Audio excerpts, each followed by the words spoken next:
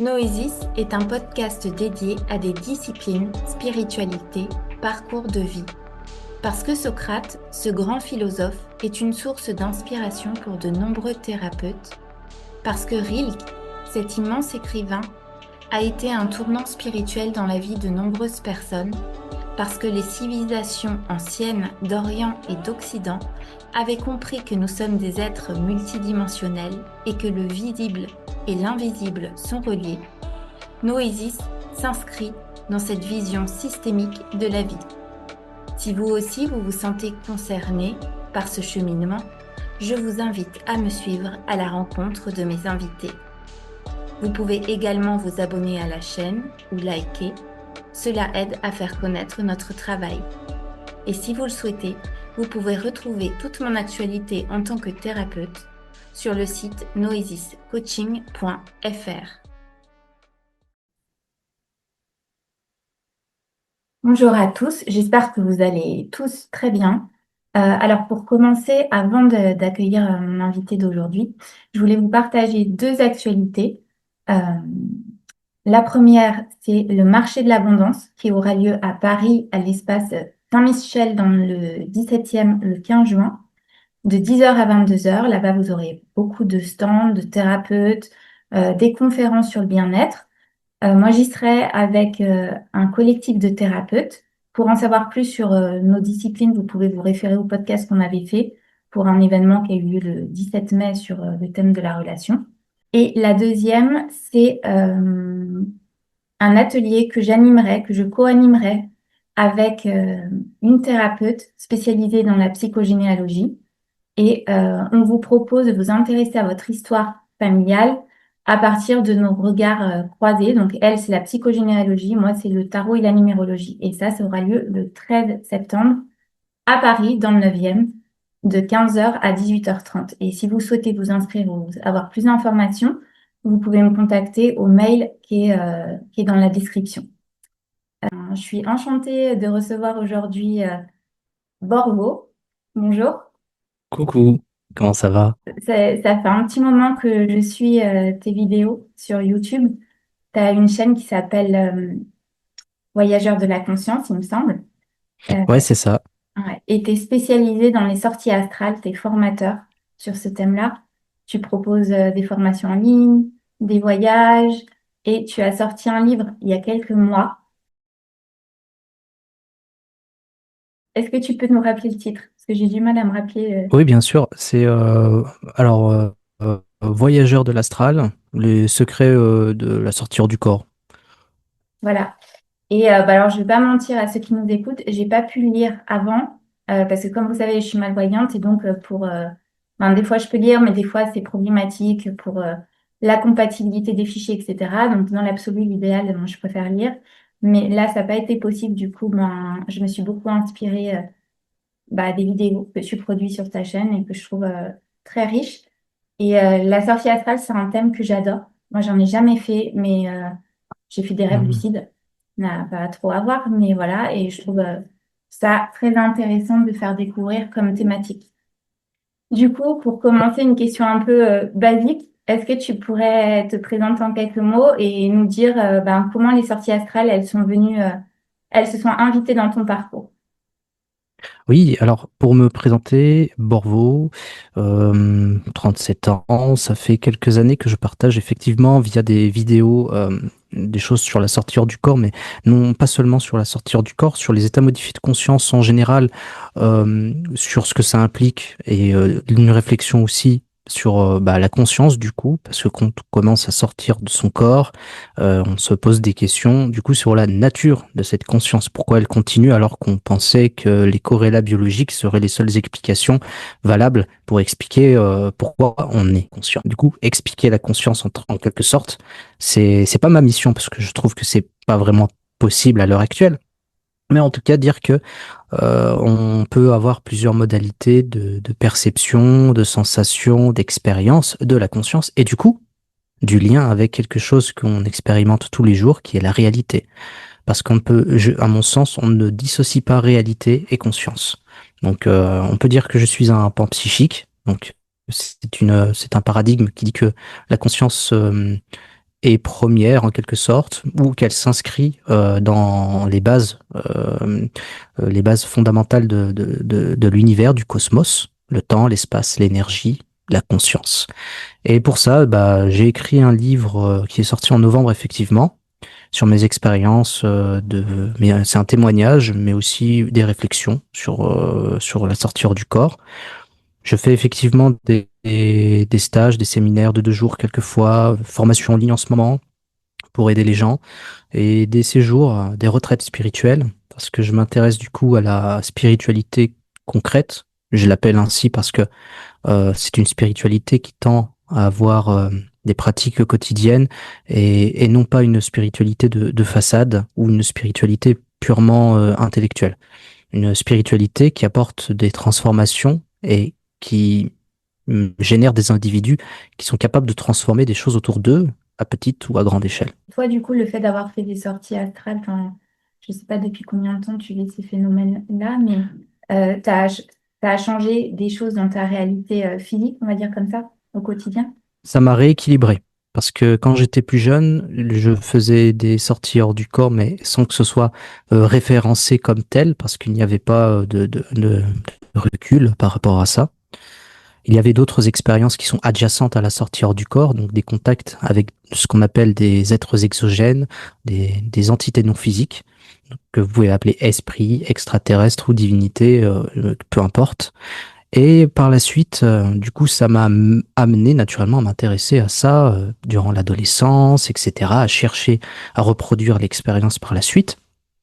Néanmoins, euh, quand j'ai réussi à débloquer la faculté, après moult essais, mais une tentative par la suite de me former, de former les compétences que j'enseigne actuellement, permettant de débloquer la sortie hors du corps, eh bien, il y a eu un rééquilibrage. C'est-à-dire qu'autrefois, j'étais plus versé vers les croyances et les connaissances intellectuelles en ésotérisme, dans tout ce qui est paranormal, ufologie, etc. Je prenais un petit peu pour argent comptant ce que je pouvais lire. Ça peut être dû à l'âge aussi, mais même jeune adulte. Mais dès que j'ai débloqué l'expérience en 2014-2015, j'avais, je crois, 26 ans, 24 ans, peut-être, je sais plus. Dans tous les cas, à ce moment-là, il y a eu un rééquilibrage qui a fait que je suis passé de la personne qui a tendance à trop croire, à être dans les croyances, à une personne qui va chercher à expérimenter, à développer son discernement et avoir une logique et une raison qui est plus présente. Alors que je suis un profil créatif, j'aime la création, j'ai fait des études de dessin, de bande dessinée. À la base, je suis graphiste 2D, 3D, et ça m'a poussé à faire des études du coup en droit. Donc j'ai 2 masters, un en droit des affaires et un en sécurité internationale défense, sécurité internationale et défense, spécialisé dans l'environnement, spécialisé dans la promotion de la paix par la gestion des ressources, pour être précis. Donc il faut un esprit qui est un esprit qui est ordonné, qui est rigoureux, qui est logique pour faire ce genre de choses. Et c'est pour ça que je parle de rééquilibrage. C'est-à-dire que maintenant, j'allie aussi bien la créativité, la sensibilité avec la logique et la raison. Et je pense que les sorties hors du corps, ça sert à se rééquilibrer.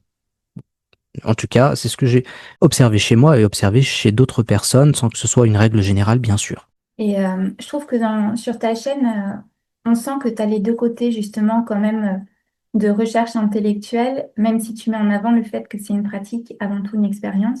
Tu donnes beaucoup de références d'auteurs. Mm, Et moi, je trouve ça intéressant d'allier les deux parce que je ne sais pas si tu es d'accord avec moi, mais comprendre quand même les concepts qui sous-tendent plus ou moins le mécanisme, même si on sait qu'on ne sait pas du tout tout et que voilà, c'est peut-être des hypothèses, mais quand même comprendre les phénomènes énergétiques, etc. Ça aide, ça peut aider aussi pour s'améliorer mm. dans nos expériences. Complètement, complètement. Par exemple, pour donner un exemple, il se peut qu'une personne qui fait des sorties hors du corps, mais qui, qui n'a pas une culture de ce genre de choses, qui va pas chercher l'information dans les livres, il se peut qu'il se perd à travers mille et une hypothèses et qu'il stagne dans la portée de l'expérience À contrario, une personne qui n'a pas vécu l'expérience ou trop peu et qui va chercher des réponses dans les livres va avoir tendance à un petit peu se dogmatiser, à avoir un esprit un peu plus rigide, là où on veut un peu plus de souplesse.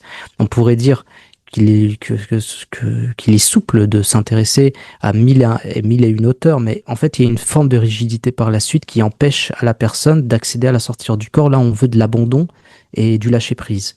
Donc, mais en alliant les deux, ça fonctionne. C'est-à-dire que tu peux faire très bien des sorties hors du corps et par la suite lire des ouvrages d'autres voyageurs, d'autres traditions qui vont te donner des tips, qui vont te donner des axes de réflexion et aussi des intentions pour tes expériences te permettant d'aller beaucoup plus loin. En tout cas, pour tes expériences personnelles. Oui, en effet, je suis plutôt d'accord avec toi à ce moment-là. Et du coup, tu parles de la nature de la réalité. Et c'est vrai que dès qu'on fait des expériences de phénomènes de conscience, pas seulement les sorties, même des choses plus simples comme les rêves lucides, Mm. on est amené à s'interroger un peu sur cette question de la nature de la réalité.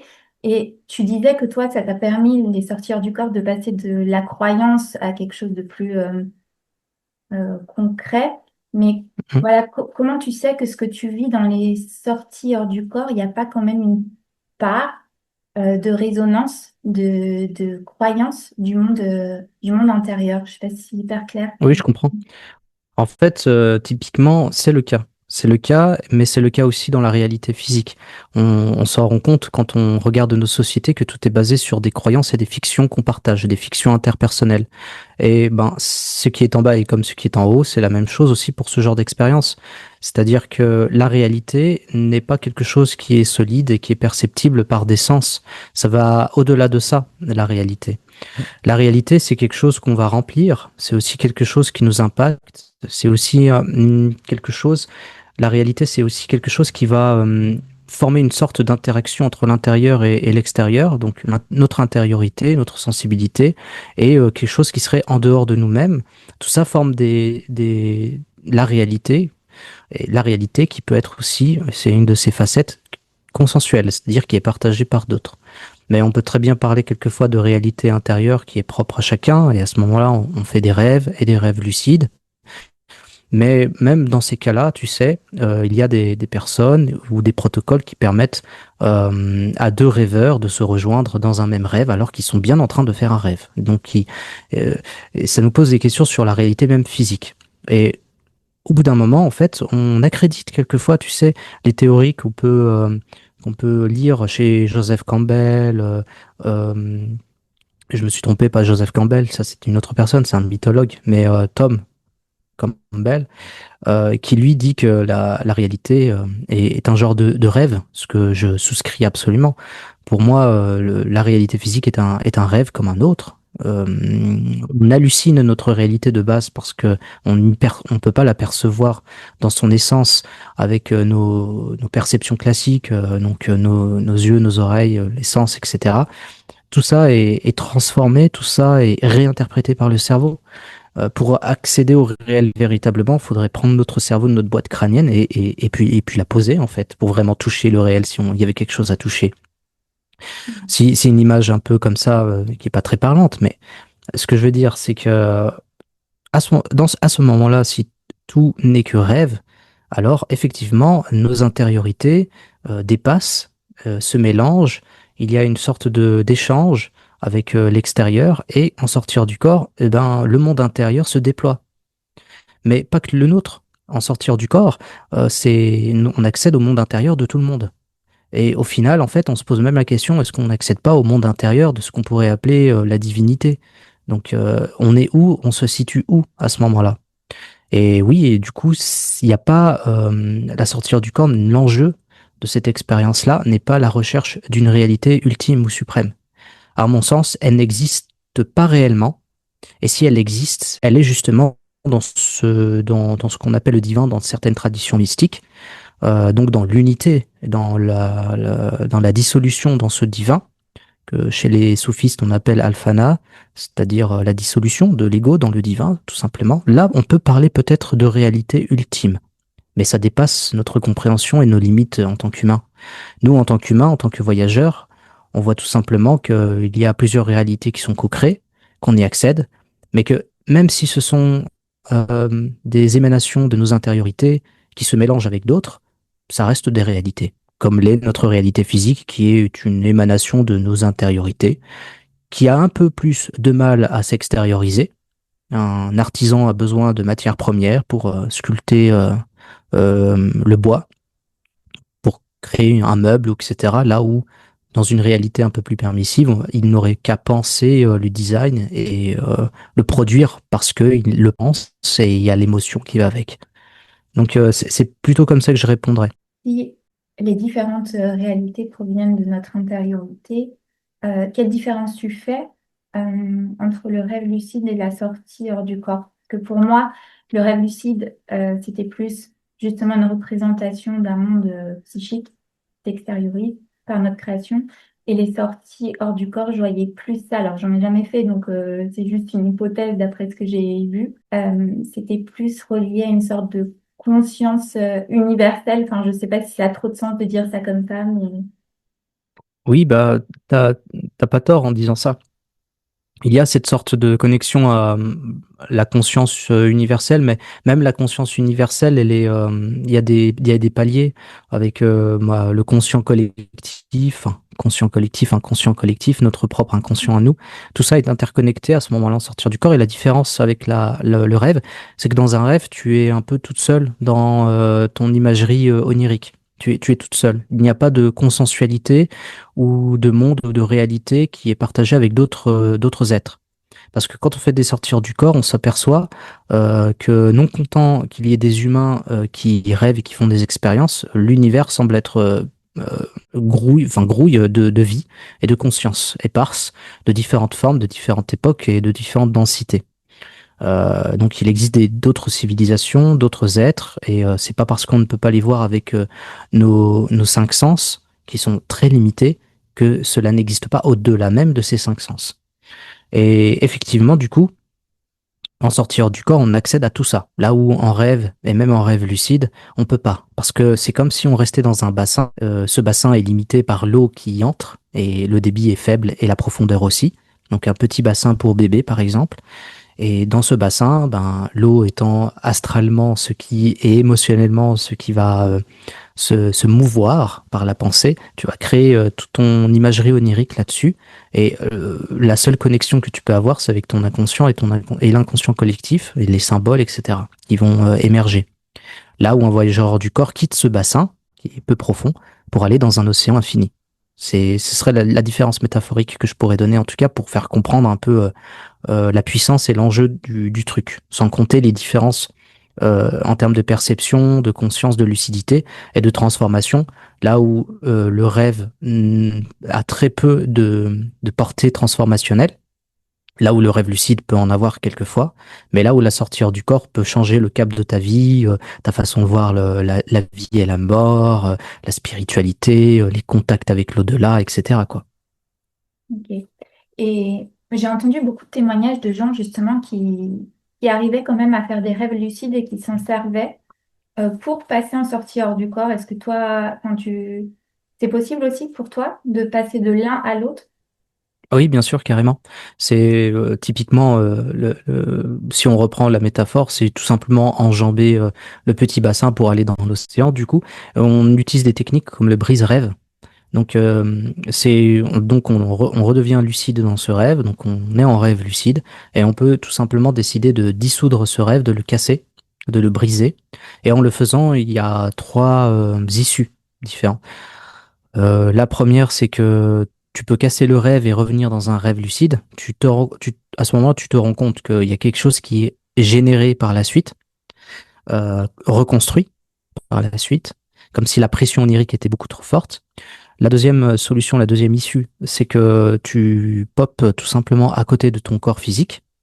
Et voilà, tu es en train de faire un rêve lucide, tu casses le rêve, donc tout devient noir et autour de toi. Et après, la réalité se reconstruit très rapidement et tu peux te retrouver à flotter à quelques centimètres ou à côté de ton corps physique en train de dormir et tu vas avoir une sensation de réalité qui sera décuplée. Comme si avant tu étais encore sous une forme de torpeur alors que tu étais très bien lucide dans un rêve lucide. Et la troisième issue, c'est que ben tu te rates. Tu peux très bien rester flotter dans une obscurité, puis il n'y a rien qui se passe, ou tout simplement tu reviens dans ton corps en quelque sorte, c'est-à-dire que tu n'étais pas si loin que ça de ton corps physique lors du rêve, parce qu'on part du principe pour détailler que quand tu fais un rêve ou un rêve lucide, ton corps physique est légèrement désynchronisé du corps de voyage. Donc, il y a quelque chose qui se détache un petit peu. Et ce un petit peu, quelquefois, est tellement peu que lorsque tu casses le rêve lucide, tu reviens directement aux sensations corporelles classiques et tu te réveilles. Donc oui, j'ai déjà fait plusieurs fois le brise-rêve. Euh, Maintenant, à l'heure actuelle, quand je le fais, quand j'ai la possibilité de le faire, le succès est assuré. Mais néanmoins, en tant que méthode pour débuter, il peut être assez difficile parce que, étant donné qu'on n'a pas encore goûté à la sortie hors du corps, il est difficile de se dire qu'on a réussi parce qu'on ne sait pas ce que ça fait que de faire une sortie hors du corps. Donc très souvent, des personnes font le brise-rêve euh, et tout un scénario se met en place comme quoi ils sont effectivement en sortir du corps et ils ont des sensations de sortir du corps, mais à la fin, ils sont pas très sûrs parce qu'il n'y a pas un grand gap de lucidité qui est dépassé. Et du coup, très souvent, ils sont dans l'incertitude de savoir si c'est une sortie hors du corps ou pas, là où, normalement, il y a une certitude qui est grande quand tu as l'habitude d'en faire avant, des sorties du corps, je veux dire. Mais la méthode du rêve lucide peut être un premier pas intéressant tout de même, quoi, pour mettre la main dans la pâte. Et justement, pour avoir la certitude qu'on est bien sorti hors du corps, c'est quoi, enfin, c'est quoi le critère pour vraiment... Mon critère personnel, c'est de faire des petits tests au début, quand on débloque la faculté. C'est, par exemple, d'aller dans des endroits où on sait qu'on va pas dans la réalité physique, juste pour observer les lieux, l'architecture, le décor et des petits détails vraiment ridicules quelquefois. Et par la suite, confronter ces perceptions avec la réalité physique. Ça peut être tout simplement, bah, il y a plein de magasins que je n'ai pas visités dans ma ville. Je pourrais très bien visiter un de ces magasins et après le visiter pour de vrai en réalité physique pour confronter. Et donc c'était des tests comme ça que je faisais et que je conseille aux gens de faire. Pas des tests forcément où on tire une carte et on le cache dans une enveloppe ou un mot, où on demande à quelqu'un qui serait notre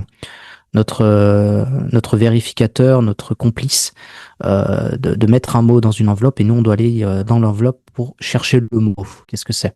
Je conseille pas de faire ça parce qu'il y a une notion de travail et d'effort à fournir. Là où en sortir du corps, quand tu es de l'autre côté, bien que tu aies ta conscience, ta personnalité, ta conscience terrestre qui est bien là, très souvent on perd de l'intérêt à faire ce genre d'exercice. Donc c'est pour ça, je conseille pas de mettre en place un protocole complexe parce que vous aurez pas envie de le faire en fait quand les gens voilà, je parle là aux gens en général, vous aurez pas envie de faire ça, vous aurez juste envie d'aller visiter, d'aller dans d'autres dimensions ou d'aller voir un pote qui est à côté.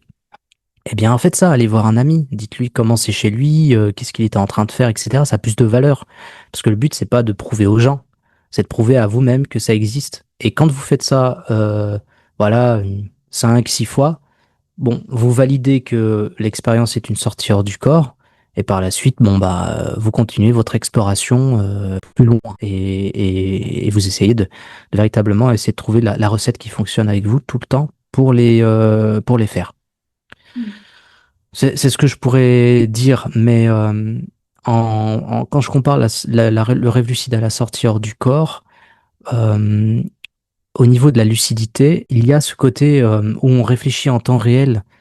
Là où la sortie hors du corps, c'est un peu plus étouffé, ou là où le rêve lucide, pardon, c'est plus étouffé. En rêve lucide, je peux pas faire la différence entre le moi actuel qui parle et le moi, en fait, qui est en sortie hors du corps. Et à cela s'ajoutent d'autres particularités. C'est que vous avez des facultés cognitives qui se débloquent, entre guillemets. Vous avez une vitesse de traitement de l'information qui est beaucoup plus rapide qu'en rêve, rêve lucide ou en réalité physique. On traite l'information rapidement, on prend des décisions très rapidement, en toute logique, et vous avez des sens supplémentaires qui peuvent se débloquer. En rêve lucide, on aura toujours en plus un environnement tridimensionnel. Là où la sortie hors du corps est plutôt un environnement quadridimensionnel, c'est-à-dire non pas la quatrième dimension qui serait le temps, mais la quatrième dimension de l'espace. C'est très difficile à expliquer, c'est très difficile à montrer, mais vous n'avez pas accès qu'à la longueur, la largeur et la hauteur, mais vous avez accès à une quatrième dimension de l'espace qui vous permet de voir à travers les murs, qui vous permet de vous mouvoir dans d'autres dimensions via une sorte de vortex de translocalisation. Vous avez accès à des zooms, vous pouvez voir en fait des gens qui sont dans d'autres dimensions, mais eux, ils ne peuvent pas vous voir, typiquement les humains sur Terre. Tout ça, ce sont des éléments propres justement à la physique de la quatrième dimension de l'espace. Parce que très souvent, des physiciens, ils vous disent ça, ils vous disent, voilà, si on était des êtres de quatre dimensions, on pourrait faire ça, ça, ça, ça. Or, toute la liste qu'ils nous donnent, c'est ce que je vous ai donné. C'est c'est typiquement les perceptions et les compétences qu'on a en sortir du corps. C'est pour ça que, et alors qu'en rêve lucide, mis à part quelques fois où on souhaite être, je sais pas, je dis n'importe quoi, un super-héros, etc., on est bien en rêve lucide et on n'accède pas à ce genre de, de perception augmentée et qui vient par la suite. Et c'est un indice important qui vient augmenter aussi notre conscience, qui l'élargit. Euh, voilà ce que je pourrais en dire. Et du coup, effectivement, enfin, il y a un peu une notion d'immensité quand on entend parler du phénomène de sortie astrale. On a l'impression qu'il n'y a pas de limite, quoi. Mais tu dis quand même, quand je regardais un peu tes vidéos, Mm. que selon les sorties, ben, on va pas du tout vivre la même lucidité et que même dans certains cas, on peut avoir moins de lucidité que dans notre vie physique. Qu'est-ce qui fait qu'on va avoir plus ou moins de lucidité en sortie astrale? Qu'est-ce qui empêche, en fait, Oui, de... carrément. Il y a une gradation comme ça, oui, dans la lucidité et dans l'expérience, mais un peu comme dans la réalité physique. Quand une personne est alcoolisée et qu'il est complètement ivre, ses facultés de la conscience et ses perceptions vont être amoindries. Et c'est la même chose aussi de l'autre côté. Non pas qu'il y a des substances de l'autre côté qui font que, mais tout simplement les conditions de notre conscience, notre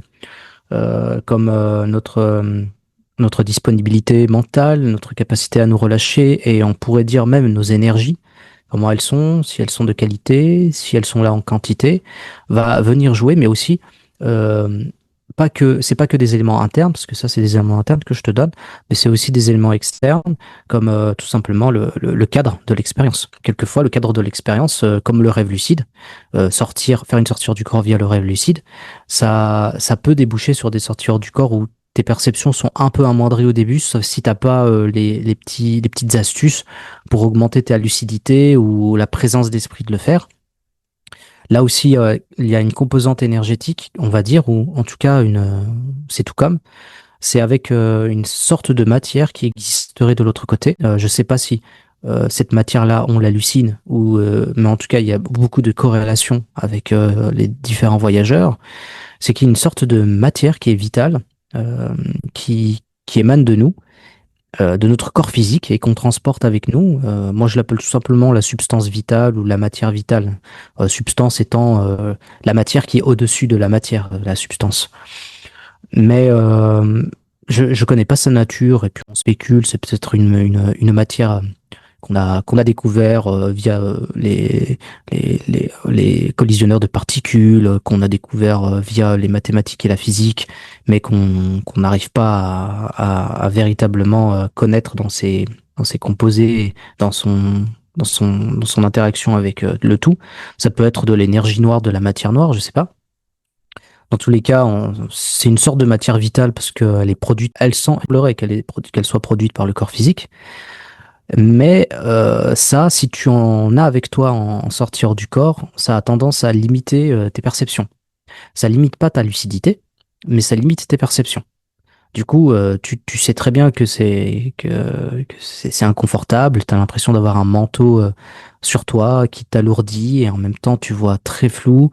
Et du coup, ben, il y a des petites techniques pour s'en débarrasser et juste en intentionnant de s'en débarrasser ou via d'autres techniques, pour la fluidifier notamment, eh bien, tout de suite, la lucidité, elle traverse un gap de clarté.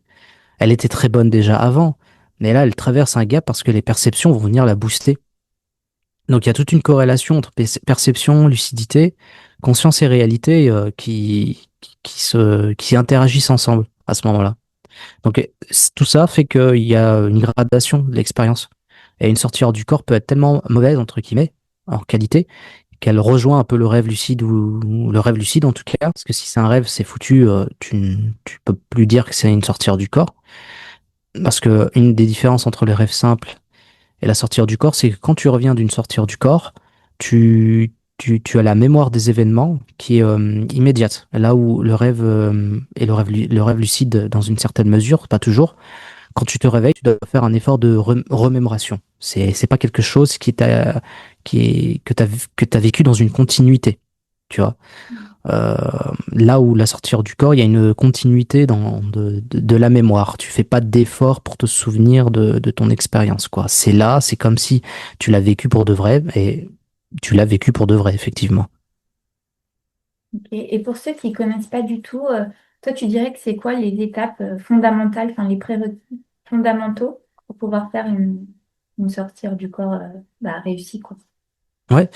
En fait, justement, c'est des conditions à mettre en place qui dépendent de tout, de chacun d'entre nous. On n'est pas tous égaux par rapport à ça. Et ces composantes, ces prérequis, on va dire, c'est le fait de pouvoir relâcher physiquement, donc relâcher son corps, mais pas un degré de détente classique qu'on peut avoir, notamment par l'hypnose ou quoi. Ça va un peu au-delà parce que nous, on appelle ça carrément une stase, excuse-moi. Et cette stase-là, c'est quand tu ralentis l'activité de ton corps. Donc, ne serait-ce que la respiration qui devient plus fine. Donc, c'est un état de transe, on pourrait même dire, hein, une stase, une transe, où tout est ralenti et où tout est relâché. Et c'est un processus qui est biologique qu'on peut contrôler notamment via la respiration. C'est pour ça que ma première formation en ligne, elle se base sur le souffle et la respiration, parce que juste avec ça, tu peux atteindre en fait ces prérequis facilement, au lieu d'aller sur des techniques trop compliquées. Tout le monde est doté d'un poumon, donc tout le monde peut le faire. Donc la relaxation du corps à un tel point on atteint la stase, mais pour le faire, il faut aussi être capable de calmer son mental, ok? Donc tout ça interagit ensemble. Si tu peux pas calmer ton mental, ce qui peut arriver quelquefois parce que c'est la vie, eh bien il va être difficile de relâcher. La respiration, ça permet certaines formes de respiration permet un relâchement à la fois physique et mental. Donc calme mental, atteindre un état de stase, en avoir l'intention. Il faut avoir l'intention de faire une sortie hors du corps parce que tu peux très bien mettre tout ça en place. Tu feras peut-être une transe visionnaire, mais tu feras pas de sortie hors du corps parce que il y a, en tout cas pour la sortie hors du corps consciente telle que je te l'explique là, l'étape de l'état vibratoire, donc ça c'est la partie énergétique, qui n'est pas obligatoirement vécue, parce que quelquefois la lucidité elle flanche durant le processus, et tu vis effectivement un état vibratoire que tu ne reconnaîtras pas, et qui peut prendre plusieurs formes, et qui te permet de faire une sortie du corps, de glisser en dehors de ton corps. Et quelquefois tu as cet état vibratoire où tu as l'impression, c'est plus qu'une impression, mais tu as ton corps qui semble vibrer, chaque cellule de ton corps semble vibrer. Et une espèce d'oscillation qui monte et qui descend, un bourdonnement, des fois des bruits autour de toi, une cacophonie. C'est aussi des signes d'état vibratoire. Donc ça, on apprend aussi ou il faut apprendre en tout cas à le provoquer. Ou si on n'arrive pas à le provoquer, de toute façon, c'est pas grave. Quelquefois, on a une baisse de lucidité dans le process. Après la phase hypnagogique, par exemple, quand on fait le yo-yo hypnagogique, quand on va et vient dans ces imageries mentales, on s'aperçoit qu'on entre dans un état de torpeur physique de plus en plus grand. Et donc je récapitule, disponibilité mentale avec le calme mental, disponibilité physique en relâchant pour atteindre un état de stase où tout est ralenti, une intention claire en amont pour faire une sortie hors du corps, un potentiel énergétique, donc il faut que toutes tes énergies mentales, physiques, émotionnelles soient dirigées vers la sortie hors du corps via l'attention, mais aussi que peut-être, bon, ça c'est à vérifier, mais que tu aies une quantité d'énergie vitale suffisante pour te permettre de faire la sortie hors du corps. L'énergie vitale, en lien, par exemple, avec notre façon de focaliser sur des petits problèmes de la vie quotidienne, on la disperse, par exemple. Là où si on est concentré et qu'on a du temps pour soi, On peut l'emmagasiner et avoir quelque chose qui nous permet de faire une sortie du corps. Donc, et la dernière chose à avoir, c'est effectivement, ça rejoint le point que tu avais souligné, Fanny, c'était les connaissances. Donc, non pas des connaissances qui proviendraient tout de suite de traditions ésotériques, parce qu'elles seront par définition ésotériques, donc occultes, un peu cachées, mais des connaissances qui proviennent de personnes qui font des voyages hors du corps réellement. Donc là, ce sera plus simple pour comprendre les tenants aboutissants et réussir à faire des sorties hors du corps. Et- Euh, c'est ce que c'est ce que c'est ce qui permet c'est les conditions qui permettent de le faire. Et tu vois, des fois, il y a des gens, ils sont pas disponibles physiquement, ni mentalement ou quoi. Ils veulent faire, mais ils se heurtent à des difficultés parce que justement, ces conditions sont pas remplies. Et moi, ce que je m'aperçois, tu sais, dans notre milieu, que quelquefois, et j'ai fait cette erreur au début quand je formais des gens, c'est que je donnais des techniques pour faire la sortir du corps. Là où je devrais plutôt donner des techniques pour atteindre ces conditions. Donc moi, mon travail, il est plutôt basé sur ça, Fanny. C'est sur comment aider en fait les gens à atteindre le calme mental, la disponibilité physique, les trans, les phases hypnagogiques, les comprendre, comment aller au-delà, comment utiliser après des techniques permettant de créer l'état vibratoire.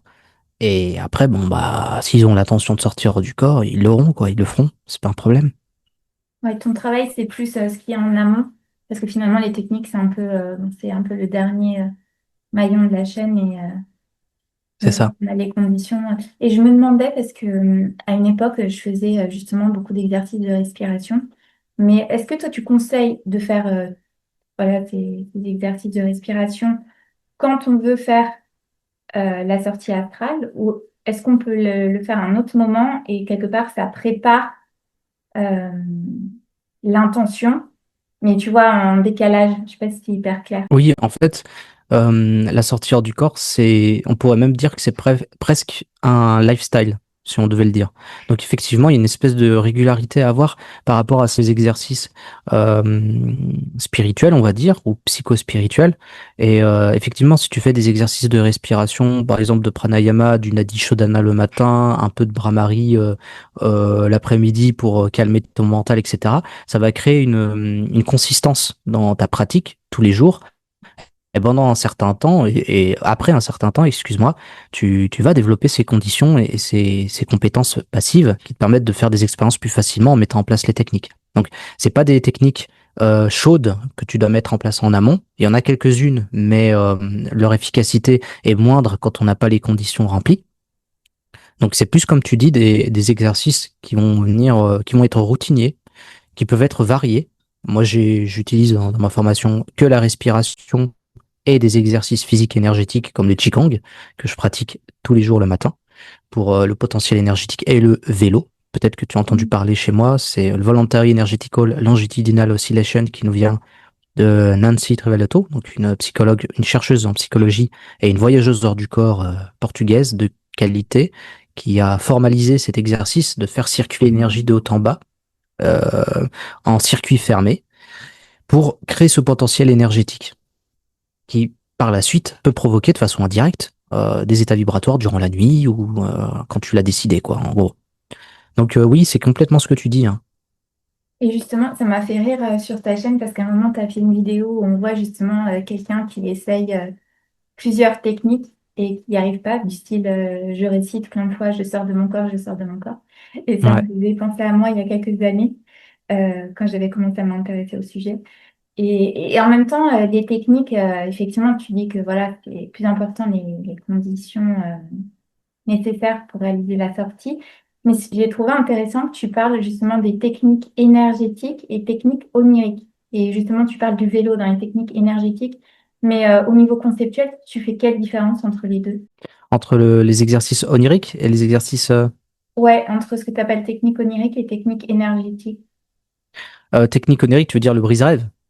Bah, je sais pas, c'était dans une vidéo où justement tu disais qu'il y avait différents types, typologies de techniques, mais c'était peut-être Oui, pas. alors, enfin, il y a tellement de vidéos que je me souviens pas où, mais j'ai sûrement dit, tu sais, qu'il existe plusieurs typologies de rêves, mais de techniques oniriques, pas forcément. La seule qui existe, c'est vraiment le rêve, le brise-rêve. D'accord. Euh, mais, euh, mais non, Et non, du coup, le vélo, c'est une technique purement énergétique. On peut dire ça. C'est-à-dire que l'IAC, donc l'Académie internationale de la conscience, qui étudie un peu ça, et Nancy Treto qui est à sa tête et qui a étudié le vélo, qui l'a formalisé, pardon, en se basant sur l'état vibratoire vécu par des voyageurs comme Robert Monroe, Mark Oberg, William Bullman, moi-même, etc. Enfin, moi, j'existais pas à l'époque, je pense. Mais dans tous les cas, ces exercices-là, le parti pris, c'est que c'est énergétique, c'est qu'il y a de l'énergie vitale et tout. Moi, j'y crois aussi. C'est juste que je mets quelquefois quelques guillemets parce que cette énergie, cette sensation, cette perception de l'énergie vitale, elle passe par des sensations purement physiques, ce qui est logique aussi. Parce que le vélo consiste à déplacer en fait une sensation kinesthésique de haut en bas. Tu vas faire un scan corporel de l'intérieur de ton corps et de l'extérieur, de haut en bas. Et c'est ça qui provoque en fait des états d'expansion énergétique assez assez complexes tout de même, comme des expériences d'unité avec l'environnement, de la clairvoyance et après à haut niveau la sortir du corps. Donc ça touche à la fois à l'énergétique, mais c'est aussi du physique, parce que quand on fait ces exercices-là, on doit par exemple pas visualiser. On doit vraiment ressentir de façon kinesthésique qu'il y a quelque chose qui se déplace. Et parce que on considère que la visualisation, c'est un médium en plus, un médium que tu mets entre toi et ton corps. Alors que nous, on veut faire passer l'information de toi à ton corps directement, sans passer par un médium qui va venir étouffer l'intention. C'est pour ça on se reconnecte à notre corps physique. Et c'est ça, c'est logique dit comme ça. Oui, et c'est vrai que même dans des méditations qui peuvent favoriser le sortir du corps, on peut avoir tendance à vouloir visualiser. Et c'est vrai que en fait, c'est pour travailler vraiment sur le ressenti. Et au fur et à mesure, ça développe des choses. Ouais. Et du coup, je me demandais, quand tu fais des sorties, est-ce que tu poses l'intention de là où tu veux aller? Est-ce que ça marche à chaque fois? Ou est-ce que c'est une sorte de, je sais pas comment dire, de soi qui te transporte là où tu dois aller et ce que tu dois vivre à ce moment-là? Alors, il y a des deux. La plupart du temps, quand même, c'est toi qui es aux commandes de A à Z de l'expérience. Et tu peux aller où tu veux, tu fais ce que tu veux. Il y a quelquefois des limitations. Il y a des zones où tu peux pas aller parce que t'as pas la bonne résonance à ce moment-là. C'est comme ça que je le vois. Et quelquefois, l'expérience, elle va être guidée et dirigée par quelque chose. Ce quelque chose, ça peut être ouais, le soi supérieur, mais des fois, ce sont carrément des êtres qui, d'apparence, sont à l'extérieur de toi, possèdent leur propre corps et conscience. Tout ce qu'on appelle en fait les guides ou ce genre de choses, les assistants ou les amis de l'autre côté, quoi, qui sont là pour te montrer des choses. Mais quelquefois, en fait, quand on rencontre ces êtres-là, surtout si c'est de façon, quand c'est régulier, et qu'on a cette illusion de penser que c'est une autre personne, c'est une autre conscience, une autre entité. Il s'avère des fois, la plupart du temps, que cette autre entité, c'est bien nous aussi, mais d'une autre provenant de cette dimension intemporelle. Comment te dire, c'est le soi supérieur incarné, si l'on peut dire. Et on se rend compte qu'on est vraiment des poupées russes dispatchées comme ça dans différents espaces et différents temps, et que quelquefois la sortie du corps peut être une façon de se reconnecter à qui on est ailleurs.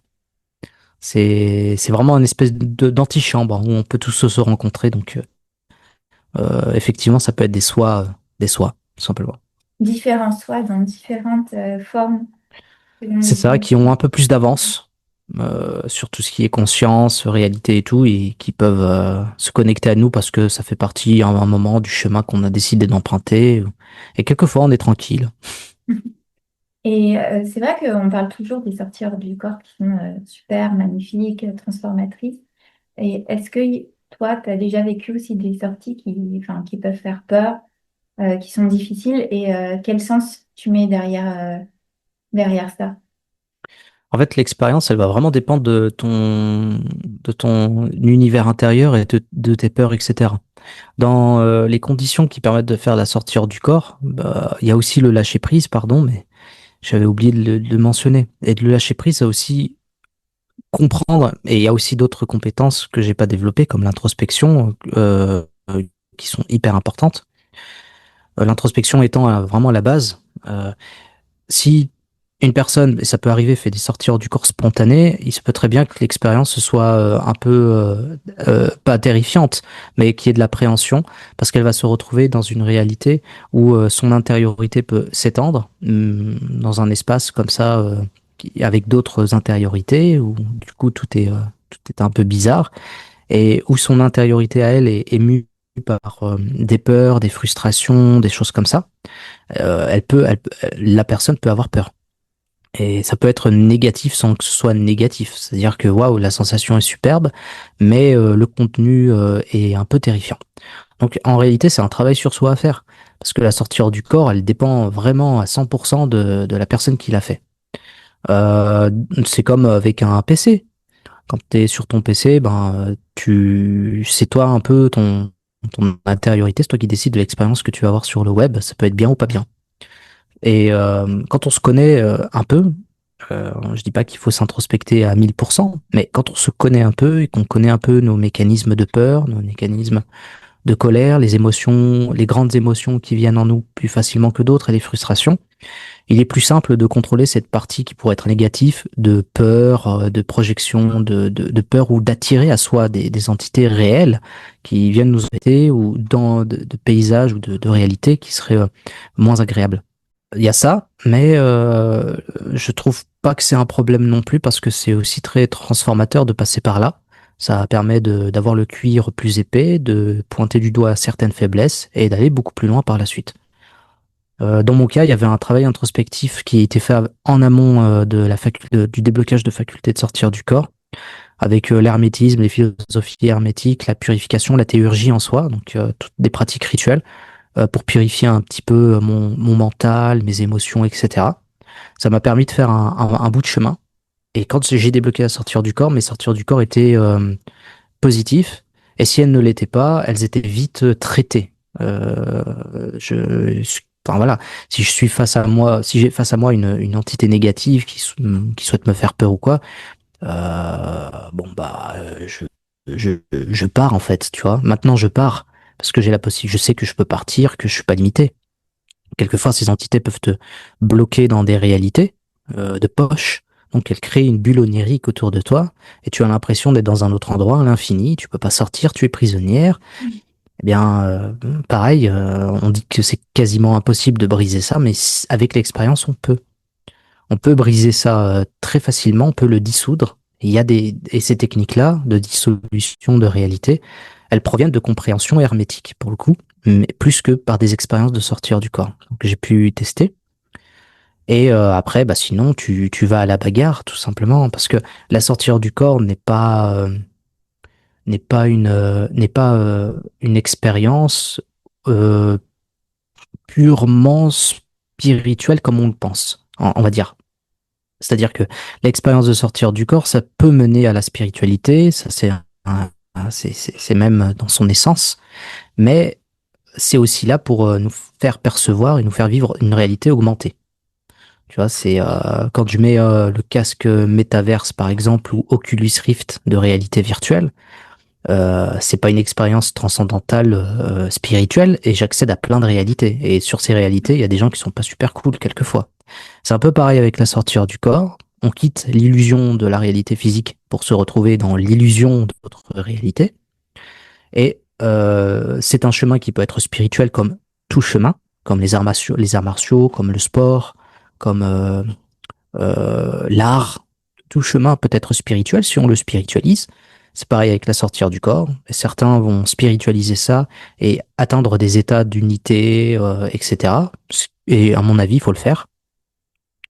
Mais voilà, quand tu es face à l'altérité qui veut te confronter, tu peux entrer en confrontation sans avoir à te dire, oh, je suis une horrible personne, je me suis bagarré contre une entité qui voulait me faire peur. Il y a un moment, la possibilité ou la responsabilité, pas la responsabilité, mais la possibilité de, de mettre en avant son propre pouvoir personnel de l'autre côté. On n'est pas des agneaux, comme dans la société qu'on est, dans la réalité physique qu'on a en fait. Il y a des dominés, des dominants, il y a une faune et une flore avec des prédateurs et des proies, c'est pareil aussi de l'autre côté à un certain niveau. Et bien sûr, il y a des réalités, des dimensions qui obéissent pas à ces règles-là. Ils sont dans l'unité, le partage, l'amour, et ça existe, et il y en a beaucoup. Tout ça pour dire que l'expérience de sortir du corps peut être variée, et que c'est en vrai, c'est nous qui décidons de ce qu'on va faire de l'autre côté, mais qu'il n'y a pas de mauvaise réponse. Ok. Et du coup, si on se réfère quand même dans la partie spirituelle des sorties hors du corps, tu parles, tu dis que il y a une corrélation entre le fait de faire des sorties hors du corps et en gros l'avenir de l'humanité. Enfin, je sais pas comment le dire autrement. Est-ce que tu pourrais en dire Hmm. plus sur ça? Oui, ça c'est toute une réflexion que je développe dans le cadre du prochain ouvrage que je souhaite écrire, Ouais. dont je suis en train de faire la bibliographie, mais c'est une réflexion qui m'accompagne depuis le début de la chaîne YouTube. C'est pour ça que, tu sais, une de mes premières vidéos, c'était des vidéos sur l'échelle de Kardashev, les civilisations de type 1, type 2, au début, tu vois, et ce genre de choses. Parce que je me disais, Kardashev, il a fait, pour les auditeurs et auditrices, il a fait une classification de consommation énergétique de civilisations permettant de les classer en trois types. Le type 1, c'est une civilisation qui arrive à extraire et à consommer l'énergie d'une planète entièrement, tout en la renouvelant, hein, attention. Une civilisation de type 2, c'est son système solaire qu'elle arrive à exploiter entièrement. Et une civilisation de type 3, ce serait la galaxie. Donc ça laisse imaginer l'évolution technologique de ce genre de civilisation, dont on n'a pas trouvé de traces, en tout cas pour les types 3. Ce serait, on le saurait. Dans tous les cas, moi je me suis dit pourquoi il n'a pas intégré la conscience dans le calcul, quoi, en fait. Parce que notre consommation d'énergie, c'est bien beau, mais on voit très bien que dans une société comme la nôtre, où on essaye d'avoir toujours plus d'énergie, l'énergie fossile, ou l'énergie qu'on peut avoir du soleil ou du vent, etc., on est une civilisation, on est dépendant à ça. Mais en le faisant n'importe comment, on est en train de briser la planète et on a déjà dépassé toutes les limites planétaires existantes. Hein, l'acidification des océans, la perte de biodiversité, à peu près 50 000, je crois, 50 000 espèces par an disparaissent. Bref, tout ça pour dire que une civilisation qui possède ce degré de technologie, d'exploitation de l'énergie, elle est obligée d'avoir aussi un degré de conscience de soi, conscience de l'environnement et conscience transcendantale qui lui permet d'aller plus loin justement en termes de technologie. Donc science avec de la conscience. Et du coup, j'avais entamé tu sais, des vidéos où je parlais de civilisation de la conscience de type 1, type 2, type 3. Donc type planétaire, type stellaire et type galactique, transcendantal ou unité, civilisation de type unitaire. Et pour moi, la sortie hors du corps, c'est un vecteur qui nous permet d'aller vers ce genre à la fois de réflexion et d'attitude. Mais pas que la sortie hors du corps, bien sûr. Il y a énormément de pratiques, de positions spirituelles, qui nous permet d'avoir cette conscience planétaire, du coup, pour le type 1. Notamment, tu sais, les expériences de Gundalini, les expériences d'abduction par des extraterrestres, ça en fait partie. Quand on développe une conscience écologique, une conscience planétaire suite à des abductions, quelle que soit la nature hein, de ces phénomènes, eh bien, je me dis que en réalité, la civilisation humaine, la culture humaine, elle s'est développée peut-être que et uniquement grâce aux états modifiés de conscience. Que quand au néolithique, au paléolithique, on regardait les étoiles, on cherchait déjà du sens. On cherchait à créer des images. On a créé un codex de symboles qui a imprégné notre inconscient collectif. Que dès qu'il se passait quelque chose dans la nature, le feu, un éclair, etc., on lui donnait du sens, on cherchait le sens. Que c'est via le rêve lucide, qu'on interprétait tout ça et qu'on arrivait à négocier, à se connecter au cosmos. Que les chamans de ces temps-là, par la suite, et encore maintenant, avaient cette connexion de façon privilégiée et arrivaient à des états de conscience leur permettant de communiquer avec cet axe vertical qui est le cosmos, pour faire passer l'information de façon verticale aux autres humains. De façon, voilà, bête et méchante, un chaman qui va te dire lors d'un voyage de l'âme qu'il y a un troupeau à l'époque, il y avait quoi? Il y avait des aurochs. Ah, voilà, il y a un troupeau d'aurochs pas trop loin, à quelques kilomètres, dans cette direction nord-est. On peut y aller pour aller les manger, quoi, les chasser. Typiquement, le chaman, il est tellement connecté du coup à la réalité, à la vraie réalité, qu'il pouvait donner ce genre d'informations. C'était leur but. Notamment, on retrouve ces traces dans le chamanisme sibérien classique.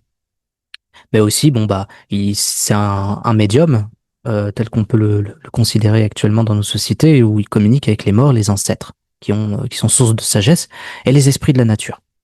Nous, en Occident, on a perdu en fait ce lien. Donc, tout est désacralisé. Et ce qui fait que on n'a plus la bonne perspective, on n'a plus la bonne vision de la place de l'humain dans l'environnement. On pense que la nature est illimitée et qu'elle est à notre disposition.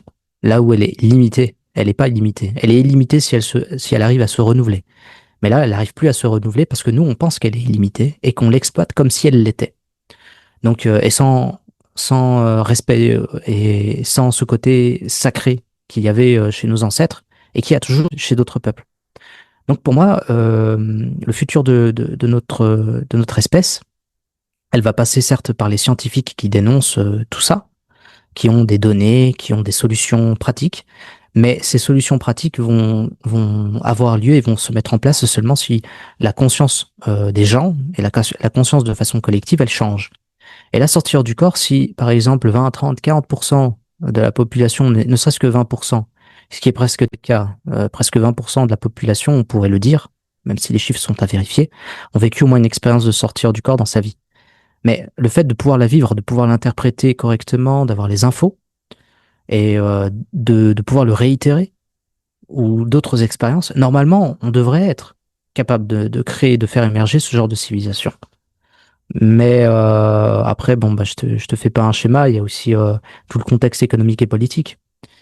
Mais pour moi, en fait, plus il y aura de voyageurs, plus on pourra mettre une sorte de pression sur tout ça, et parce qu'on se sentira étouffé, comme je me sens étouffé en fait dans une société comme on l'a en France. Je me sens étouffé, et puis ça donnera envie à certaines personnes de créer une nouvelle société, quoi. Un petit peu comme avait fait Sri Aurobindo avec Auroville, même si maintenant ça a été repris par les Indiens et par le gouvernement indien, et que, pardon pour l'expression, c'est la merde. Mais créer des initiatives partout dans le monde, se greffer à des initiatives qui ont déjà compris qu'il fallait un changement sans qu'ils mettent de la conscience, euh, comme les mouvements EBR, économie basée sur les ressources, de Jacques Fresco, ou des mouvements Ubuntu, qui est basé sur la philosophie sud-africaine, qui dit que bah, je suis parce que nous sommes, et ça veut tout dire.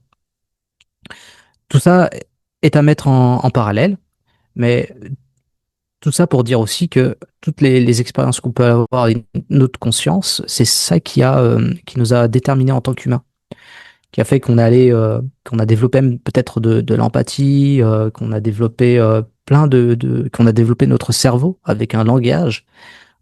Pour moi, typiquement, les symboles qu'on avait dans les rêves, et qui sont le fruit en fait de cette quête de sens de ce qui se passe à l'extérieur, c'est ça qui a permis l'écriture. C'est ça qui a permis de transformer le symbole en, en, en écrit, tout simplement, de créer les premiers langages. Et qu'est-ce qui s'est passé quand on a eu les premiers langages? Ben, on a tenu des comptes, on a tenu des archives, on a eu une histoire, on a pu compter combien de blé, combien de récoltes on avait. On a pu créer du coup des sociétés parce qu'on avait les outils, les infrastructures pour le faire. Peut-être grâce à ça. En tout cas, c'est mon hypothèse. D'accord. Et je me disais, est-ce que, alors évidemment, actuellement, bon, on est étouffé aussi surtout par une minorité de gens dominants, mais il y a déjà d'initiatives quand même qui commencent à germer Mm. de toutes sortes. Et, euh, et concernant la science, alors évidemment, on est actuellement dans une science très, je sais pas comment dire, mais dogmatique, j'aurais tendance à dire. Est-ce que Mm. tu vois, toi, dans le futur, une espèce de trait d'union entre tous les phénomènes de conscience et puis vraiment une démarche scientifique? Tu penses que c'est possible? C'est possible, mais dans quelques peut-être dans 500, 600, peut-être dans 1000 ans, à Mhm. mon sens, parce que il nous manque quelque chose qui est fondamental selon moi, c'est une technologie de rupture. C'est-à-dire que en science, tu peux pas arriver avec un nouveau paradigme. Là, il n'est pas nouveau, hein, pas en psychisme, il y en a d'autres, hein, de, de, de paradigmes qui accordent de l'importance à ces expériences de conscience.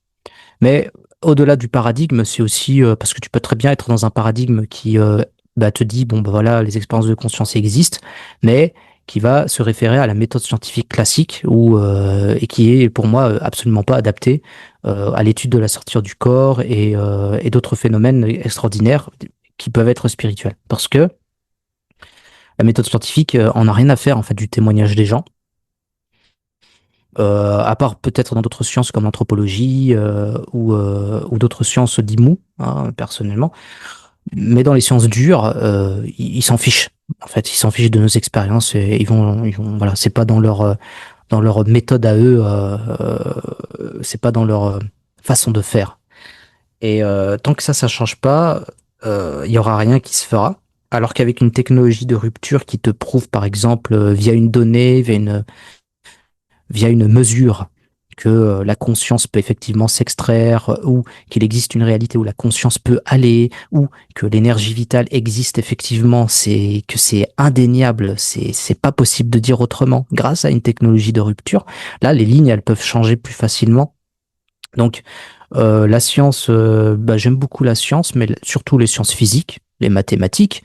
Alors que nous, notre problème, c'est plutôt les sciences du vivant, hein, la biologie, les neurosciences, etc. Bon, comme je l'ai peut-être déjà partagé plein de fois, parce que il est plus simple de percer les secrets de l'univers avec un télescope et des mathématiques que de percer les secrets du cerveau. Le cerveau, c'est éminemment plus compliqué que d'observer des galaxies et d'estimer le Big Bang et des trucs encore plus extraordinaires en physique et via les mathématiques, la cosmologie, la physique, il est à peu près certain qu'il existe plusieurs autres dimensions.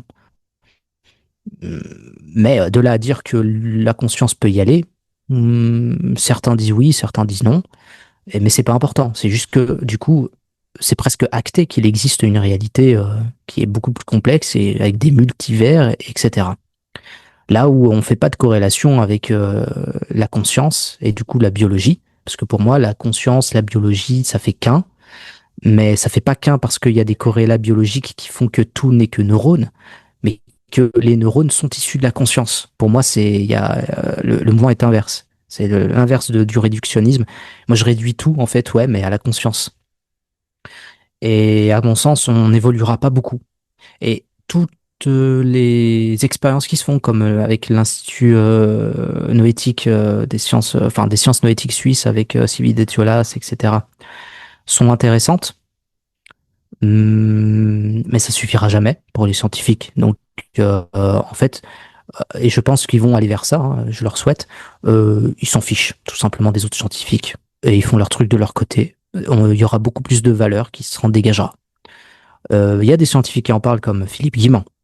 Mais là où je trouvais hyper intéressant Philippe Guimand, au début, je le trouve toujours aussi intéressant, et je respecte son travail, mais il utilise un vocabulaire et un langage qu'il a repris des traditions, qu'il a déformé, pas déformé, mais qu'il a adapté à son propre intériorité. Donc on a une personne qui est un scientifique, qui a repris des termes qui sont éminemment complexes, qui veulent dire beaucoup de choses, et qui sont inscrits dans une culture complexe à la base aussi. Il a repris des termes, enfin des termes, il a repris des concepts kabbalistiques, et avec son intériorité à lui, il y a mis des mots. Il a fait un genre de néologisme avec beaucoup de choses. Ce qui fait que si quelque chose est contraire à sa façon de voir, à son contraire à sa façon de voir, à son intériorité, il voit tout par l'intérieur. Si tout est contraire, s'il y a des concepts ou si on lui oppose quelque chose, il va te dire non, dans mon système, ça marche pas ce que tu me dis. Donc c'est des conneries. Là, tu vois, typiquement, on tombe dans le biais du scientifique qui croit avoir compris alors qu'il comprend tout que par son intériorité, là où le voyageur hors du corps est conscient de ça. Bon, pas que le voyageur hors du corps. Toutes les personnes qui ont vécu une expérience, ils ont touché en fait cette réalité après le voile. Nous, on sait que l'intériorité prend beaucoup de place dans notre façon de voir les choses, donc on prend du recul, on est prudent dans toutes ces choses-là. Et même si je le précise pas ici, je le précise toujours. Tout ce que je dis, essayez, faites des expériences de votre côté, utilisez votre propre langage intérieur ou mythique. Ne cherchez pas à faire de créer des certitudes. On peut avoir des convictions et les partager sans problème. Mais il faut avoir une espèce de lucidité par problème. Mais il faut avoir une espèce de lucidité par rapport à ça. Donc, si les scientifiques sont comme ça va pas vraiment beaucoup avancer, tu sais. C'est pour ça que je dis 500 ans, 1000 ans et encore, hein. Ça se trouve, on va régresser parce que c'est cyclique. Là, on est dans une période où grâce au New Age, on s'intéresse à tout ça.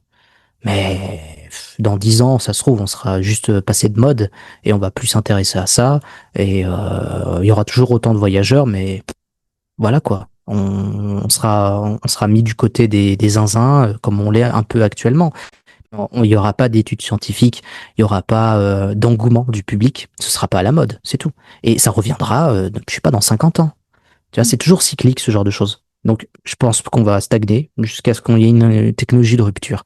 Ou qu'on accepte le fait que, bon, bah, la méthode scientifique, bon, vous êtes gentil, mais on met ça de côté et on prend le plus important dans ces expériences-là, c'est la transformation effectuée sur l'identité humaine, sur l'humain. On prend ça et on fait quelque chose avec ça. Et ça, c'est ça que je propose. Et c'est intéressant ce que tu dis là par rapport, enfin, tu donnes l'exemple de Guénon. Bon, j'ai pas assez lu ses écrits pour dire, mais je trouve que c'est quelque chose qu'on retrouve un peu partout dans l'humain, même pas que dans la science. Cette Mm, idée que quand quelque chose correspond à ton intériorité, et je dis ça aussi pour les thérapeutes, moi je suis thérapeute, et mm, toi tu as tendance à, parce que quelque chose t'a transformé toi, à penser que ton chemin finalement ça va être une sorte de méthode pour tout le monde. Alors qu'en ouais, fait, c'est à chacun de trouver la forme qui lui correspond. Et quand tu comprends ça, ben, c'est un peu aussi le processus d'individuation dont parle Carl Jung, quoi. Et ça ouais. te permet de ne pas être dogmatique et de ne pas penser que tu as trouvé le truc, tu l'as trouvé pour toi et ça va sûrement fonctionner pour d'autres aussi. Et je pense que, par exemple, Philippe Guillemant, enfin, il y a beaucoup de personnes à qui ça parle, hein, parce que peut-être qu'ils ont les mêmes Mm. leviers intérieurs, etc. Mais en fait, c'est comme tu disais tout à l'heure, il y a plein de chemins différents et plein de formes différentes selon qui on est, quoi. C'est ça, et en tant que personne qui montre un certain chemin ou un guide, le seul truc qui est pertinent et pragmatique à faire, c'est tout simplement de tendre un miroir et de laisser l'autre se regarder dedans et se plonger dedans. Tout simplement. On doit être des miroirs pour les autres. Et c'est comme ça qu'ils avanceront. Et c'est comme ça qu'on va avancer tous. Parce que j'ai pas fini mon chemin, attention. Je On suis n'a qu'au jamais début. fini. J'en suis qu'au début. Voilà. Mais bon, ça permet à d'autres de vivre des expériences. Mes élèves il y a des élèves qui ont réussi à faire des expériences et à en vivre encore. On va débloquer le truc et c'est exceptionnel. Même s'il y en a beaucoup qui ont déjà fait des sorties hors du corps et qui ont besoin juste de se perfectionner, quoi. Et ta formation en ligne, du coup, enfin, c'est quoi? C'est sous forme de différents modules? Ça dure combien de temps? Bah, en fait, t'as 6 modules. Bon, il y a un septième qui est bonus, qui est un cadeau. C'est progressif, ça se débloque toutes les semaines. C'est à vie. Et puis, à côté de ça, t'as aussi une journée en présentiel où moi, je vais faire le tour de France dans des grandes villes pour réunir, en fait, mes élèves. Pour travailler en fait ensemble, faire une journée respiration avec plusieurs exercices, répondre à leurs questions et aller dans des pratiques un peu plus poussées ensemble. Donc en fait, c'est un accompagnement un peu qui n'est pas que en ligne, quoi, tu vois. Et il y a aussi un accompagnement sous la forme de live qui est organisé bah, en ce moment toutes les semaines pour suivre la progression de 6 semaines que j'ai indiqué et qui par la suite sera mensuel pour que même les personnes qui viennent plus tard ben, puissent avoir leur live où on se réunit, où il y a un accompagnement. C'est un triple accompagnement. Accompagnement en live, accompagnement présentiel et vidéo module avec des exercices et des pratiques. Et voilà, c'était la formule qui me paraissait avec la plus de valeur possible. Je voulais pas créer une formation où les gens ils regardent des vidéos et puis tu vois ils sont tout seuls et puis moi je vais aux Bahamas ou je sais pas où, tu vois. Je reste disponible pour eux. Il y a un groupe WhatsApp, on me pose des questions, je réponds. Il y a des problèmes, je réponds. Je suis disponible. Ok. Donc C'est un peu personnalisé, un peu individualisé. c'est un peu ça, ouais. Ouais. Pour l'instant, c'est la formule qui me paraît correcte. Mais je vais quand même organiser des conférences spectacles aussi, avec des expériences de conscience dedans. Et puis, il y aura toujours des retraites en France ou à l'étranger. Là, on va en Égypte en octobre. C'est très intéressant. Puis pour ceux qui sont intéressés, bah, n'hésitez pas. On peut retrouver bah, toute ton actualité bah, sur ta chaîne, j'imagine. Bah Et ouais, sur la chaîne, sur mon site internet aussi, oui, sur voyageur pour un conscience, non, bah, voyageurconscience.com. Ok. Et puis n'hésitez pas à lire le livre aussi. Je te laisse redire le titre parce que je n'arrive pas à m'en souvenir. Je ne sais pas C'est pourquoi. Voyageur de l'astral, les secrets de la sortie hors du corps. Bah, Borvo, après, vous marquez Borvo, Ouais. c'est mon AKA, c'est mon pseudo. Et vous trouvez des trucs. Borvo, Borvo, voyage astral ou voyage hors du corps. Vous avez tout Google qui s'ouvre à vous. Mais en tout cas, j'espère que ça vous a donné envie d'en savoir plus sur la sortie hors du corps. Et puis, ben, je te remercie beaucoup. Et puis, je dis à tout le monde à Merci bientôt. à toi. Merci beaucoup et à bientôt.